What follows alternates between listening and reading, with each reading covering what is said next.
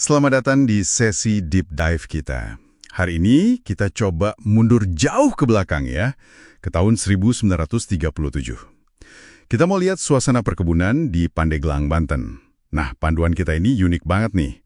Brinkman's Culture Address Book for Netherlands India. Anggap aja ini semacam database super detail, isinya ribuan perkebunan zaman kolonial. Misi kita kali ini, yaitu kita bedah direktori ini bareng-bareng. Kita mau lihat Pandeglang tahun segitu tuh kayak apa sih? Siapa pemain utamanya? Dan yang paling penting mungkin, apa artinya ini buat Anda yang pengen paham, gimana sih sistem ekonomi kolonial tuh bekerja di level bawah, ya kan? Tepat sebelum dunia gonjang-ganjing karena perang. Ini bukan sekedar daftar nama loh, tapi kayak jendela ke masa lalu. Yuk kita buka pelan-pelan. Betul sekali. Dan penting banget buat menempatkan tahun 1937 ini dalam konteksnya ya. Ingat, dunia kan baru aja kena depresi besar. Ekonomi Hindia Belanda yang bergantung banget sama ekspor itu jelas terpukul keras. Tapi, seperti yang nanti kita lihat dari data address book ini, ada dinamika yang menarik juga. Ini juga era di mana sistem perkebunan swasta, hasil dari agraris wet 1870, itu udah mapan banget, udah menggantikan kultur stelsel dan mendominasi lanskap agraria. Nah, ini dia intinya nih. Kalau kita buka lembaran Pandeglang di direktori ini, apa sih gambaran pertama yang paling nongol gitu? Ternyata karet. Karet di mana-mana. Dari belasan perkebunan gede yang dicatat, mayoritas itu fokusnya ke karet. Misalnya ada Bojong Datar, terus Hangyang Damar. Uniknya, cuma satu, Sidamukti, yang disebut spesifik nanam kopi. Ini nunjukin spesialisasi gitu ya. Mungkin ini salah satu alasan Pandeglang bisa sedikit lebih tahan banting pasca depresi dibanding daerah lain. Gimana menurut Anda? Bisa jadi. Spesialisasi ke komoditas yang harganya mungkin relatif lebih stabil kayak karet waktu itu memang bisa bantu. Tapi yang nggak kalah menarik itu kalau kita lihat siapa sih yang punya dan ngelola ini semua. Ya tentu nama-nama perusahaan Belanda kayak RNV, Kultur Masyap, Spazi Bojong Datar itu ya dominan lah.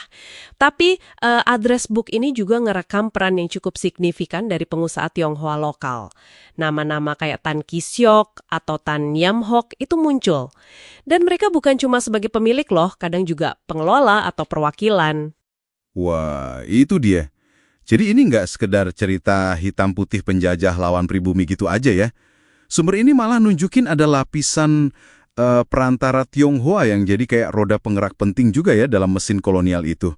Mereka ini posisinya gimana ya? Semacam jembatan atau justru pemain kunci juga dalam sistem eksploitasi itu? Nah, kompleksitasnya di situ. Mereka ini kan memanfaatkan jaringan dan modal mereka ya, mengisi ceruk lah dalam sistem ekonomi kolonial. Ini nunjukin struktur yang berlapis, jadi nggak monolitik, tapi tetap aja di lapisan paling bawah, nasib buruh perkebunan ya gitu-gitu aja. Bener banget. Di balik nama-nama keren perusahaan dan manajer itu, ada ribuan buruh lokal yang hidupnya, jauh banget dari gemerlap direktori bisnis ini. Sistem perkebunan ini kan pada dasarnya hierarkis ya. Dan eksploitatif banget, kita bicara soal kerja paksa terselubung, upah minim, kontrak yang ngikat banget, terus depresi datang, makin parah pasti. Banyak PHK, potongan gaji. Belum lagi sisi gelapnya, kayak praktik pergundikan. Itu kan pengambilan paksa buruh perempuan buat jadi istri simpanan. Ini nunjukin eksploitasi udah melampaui urusan ekonomi aja ya. Sisi kelam yang jarang banget keungkap dari data kering kayak gini. Iya, betul. Dan untuk memastikan roda ekonomi ini terus mutar, infrastruktur dibangun dengan perhitungan matang banget. Jalur kereta api Bantam Line yang nyambungin Rangkas Bitung sampai Labuan, terus jaringan jalan raya, itu jadi urat nadi utama. Makanya, banyak perkebunan di direktori ini dicatat lokasinya dekat halte, kayak Cipujang atau Sodong, biar gampang aksesnya. Bahkan ada teknologi modern kayak telepon di beberapa perkebunan. Tapi ya jangan salah sangka dulu. Semua ini ya demi efisiensi kontrol dan pengangkutan hasil bumi. Bukan buat kesejahteraan masyarakat lokalnya. Oh, jadi infrastruktur itu ibarat rel kereta ya? Fungsinya buat ngangkut kekayaan keluar, bukan buat bawa kemakmuran masuk ke komoditas lokal gitu ya? Persis. Tujuannya itu. Meski begitu, ya jangan bayangkan juga para buruh itu pasrah gitu aja. Enggak juga. Sumber-sumber sejarah lain itu nyatat loh. Ada berbagai bentuk perlawanan. Mulai dari yang halus, misalnya sengaja aja gitu kerjanya dilambatin, sampai yang lebih terbuka, kayak sabotase atau mogok. Walaupun ya resikonya represi tinggi banget pastinya. Dan dampak jangka panjangnya ini kerasa banget ya sampai sekarang. Bener gak sih? Sistem perkebunan ini kan ngubah wajah Pandeglang secara fundamental. Pengambil alihan lahan lewat aturan kayak domain fair clearing. Itu kan intinya bilang tanah tak bertuan, otomatis jadi milik pemerintah kolonial ya. Itu maksa banyak petani lokal kehilangan tanah leluhur mereka. Akhirnya ya jadi buruh atau malah terusir. Nah, warisan inilah yang mungkin ngejelasin kenapa isu alih fungsi lahan atau tren anak muda ninggalin pertanian itu masih jadi tantangan gede di Pandeglang hari ini. Akarnya bisa ditarik jauh ke belakang ternyata. Persis sekali. Jadi Brinkman's Address Book 1937 ini, meskipun kelihatannya cuma direktori bisnis ya, ini ngasih kita potret yang detail banget soal mesin ekonomi kolonial di Pandeglang. Fokusnya di karet, modalnya dari Belanda, tapi ada peran penting perantara Tionghoa, terus didukung infrastruktur yang strategis, tapi ya itu, semua berjalan di atas keringat dan penderitaan buruh lokal. Sebuah sistem ekstraksi sumber daya yang sangat terorganisir lah, rapi banget.